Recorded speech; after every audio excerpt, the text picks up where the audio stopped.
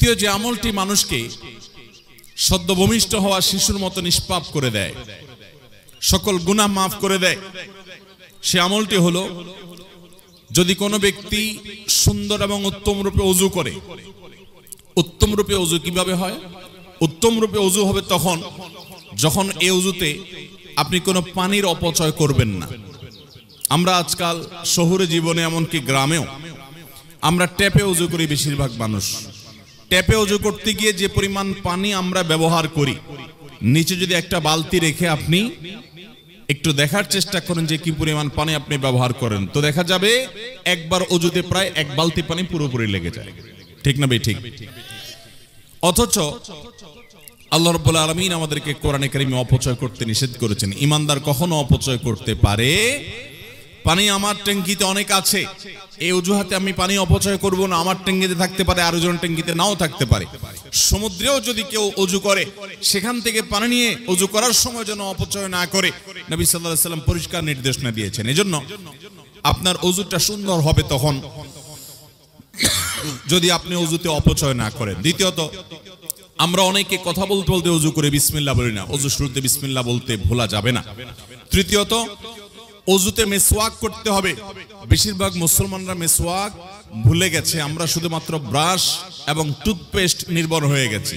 আপনি brush toothpaste ব্যবহার করেন, কিন্তু মেসওয়াকের যে ফজিলত, মেসওয়াকের যে উপকারিতা, এর যে মর্যাদা, এটা কখনো অন্য কোনো বিষয় দ্বারা অর্জিত হবে না। নবী করিম সাল্লাল্লাহু আলাইহি সাল্লামের জীবনের শেষ আমল, যে আমলটা করতে করতে তিনি দুনিয়া থেকে চলে গেছেন, সেটার নাম মেসওয়াক। মেসওয়াক এমন একটি আমল, নবী সাল্লাল্লাহু আলাইহি সাল্লাম বলেছেন, আমার উম্মতের জন্য কষ্টকর হবে আশঙ্কা না থাকলে আমি মেসওয়াক করাটাকে অপরিহার্য করে দিতাম, বাধ্যতামূলক করে দিতাম, সবার জন্য এটাকে আবশ্যক করে দিতাম, প্রত্যেক নামাজে, প্রত্যেক ওযুতে। মুহতারাম হাজিরিন, নবী সাল্লাল্লাহু আলাইহি সাল্লাম তার জীবনের বিভিন্ন জায়গায় তার দৈনন্দিনে বারবার তিনি মেসওয়াক করতে থাকতেন। এজন্য মুসলমানের পকেটে মেসওয়াক থাকবে। দাঁতের মধ্যে মেসওয়াকের ঘর্ষণের ফলে মানুষের ঈমান বৃদ্ধি পায়, এটা নানাভাবে প্রমাণিত। অনেক উলামায়ে কেরাম বলেছেন মেসওয়াক এর মাধ্যমে মানুষের ঈমানে মৃত্যু নসিব হয়। অতএব মেসওয়াক আপনার ওযুতে যেন অবশ্যই থাকে। ওযুর মধ্যে সুন্নাহ সম্মত ওযু নবী সাল্লাল্লাহু আলাইহি সাল্লাম যেভাবে বলেছেন সেটা যেন হয়। শীতে বিশেষ করে ওযু করার সময় আমরা অনেকে খুব তাড়াহুড়া করে ওযু করি। কোনোর এদিকে হয়তো শুকনা থেকে যায়, অথবা কানের লতিতে শুকনা থেকে যায়, কিংবা কপালের উপরে শুকনা করা, বিশেষ করে পায়ের গোড়ালি এবং গিরা। নবী সাল্লাল্লাহু আলাইহি সাল্লাম বলেছেন, ওয়াইলুল লিল আকাবি মিনান নার, তোমাদের পায়ের গিরা এবং গোড়ালি এগুলোকে জাহান্নামের আগুন থেকে বাঁচাও, ভালো করে ডলে ওযু করো, ওযুর যত্ন নাও, বিশেষ করে শীতের সময়।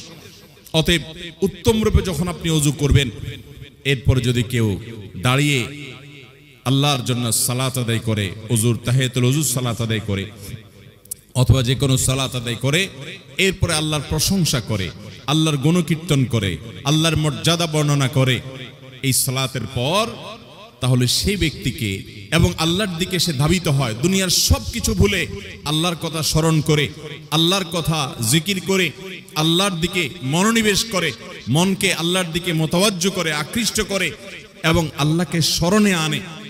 তাহলে যে উত্তম রূপে ওযু করে, এরপরে দাঁড়িয়ে সালাত আদায় করে, নামাজ পড়ে, এরপরে নামাজ পড়ার পর আল্লাহর প্রশংসা করে, আল্লাহর গুণকীর্তন করে, আল্লাহর মর্যাদা বর্ণনা করে, এই সবগুলো হয়ে যেতে পারে সূরা ফাতিহা পড়লে আলহামদুলিল্লাহি রাব্বিল আলামিন, আল্লাহর প্রশংসা হয়ে গেল, আর রহমানির রহিম, আল্লাহর সানা গুণকীর্তন হয়ে গেল, মালিকি ইয়াউমিদ্দিন, আল্লাহর মর্যাদা বর্ণনা করা হয়ে গেল।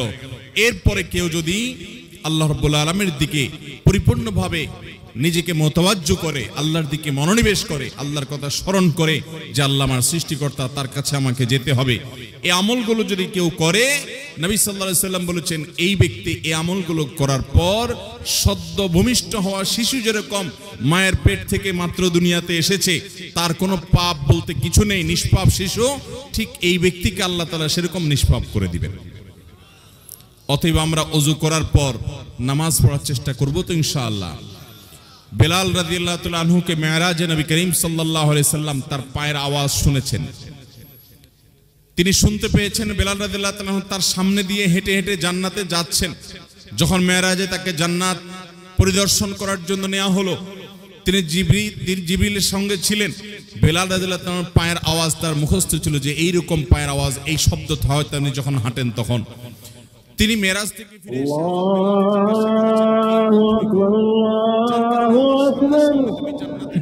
তোমার পায়ের আওয়াজ আমি শুনছিলাম। বেলাল রাদিয়াল্লাহু তাআলা তখন বলেছেন, ইয়া রাসূলুল্লাহ, আমার সেরকম কোনো আমল নাই, তবে আমি যখনই ওযু করি, ওযুর পর 2 রাকাত তাহিয়াতুল ওযু নামাজ আমি সব সময় পড়ি, এটা ভুলি না। আমাদের সমাজ থেকে এটা হারিয়ে গেছে। ওযুর পর তাহিয়াতুল ওযু নামাজ আমরা অনেকে পড়তে যাই না। ওযু শেষ হয়েছে, কোনো কথাবার্তা বলার আগে দ্রুততার সাথে কিবলামুখী হয়ে আপনি 2 রাকাত নামাজ সুন্দর করে আদায় করলেন। এটা হলো ওযুর সম্মানার্থে আদায় করা নফল নামাজ। এই নামাজের মাধ্যমে বেলাল রাদিয়াল্লাহু তাআলা আল্লাহ তাআলা এই মর্যাদা দিয়েছেন। তো এই হাদিস থেকে আমরা বুঝলাম, যদি কেউ উত্তম রূপে ওযু করে, যে ওযুতে পানি অপচয় নাই, যে ওযুতে অহেতুক কথাবার্তা নাই, যে ওযু শুরুতে বিসমিল্লাহ আছে, যে ওযুতে মিসওয়াক আছে, যে ওযুতে উত্তম রূপে ওযু আছে, যে ওযুতে সমস্ত সুন্নাতগুলো প্রতিপালন করা হয়েছে, সুন্দর করে নাকে পানি এবং কুলি করা হয়েছে, এরকম ভালোভাবে ওযু করার পর যে ব্যক্তি নামাজ পড়বে, এরপরে আল্লাহর প্রশংসা করবে, গুণকীর্তন করবে, মর্যাদা বর্ণনা করবে, তারপর আল্লাহর দিকে মনোনিবেশ করবে, নিজেকে আল্লাহর কথা স্মরণ করবে।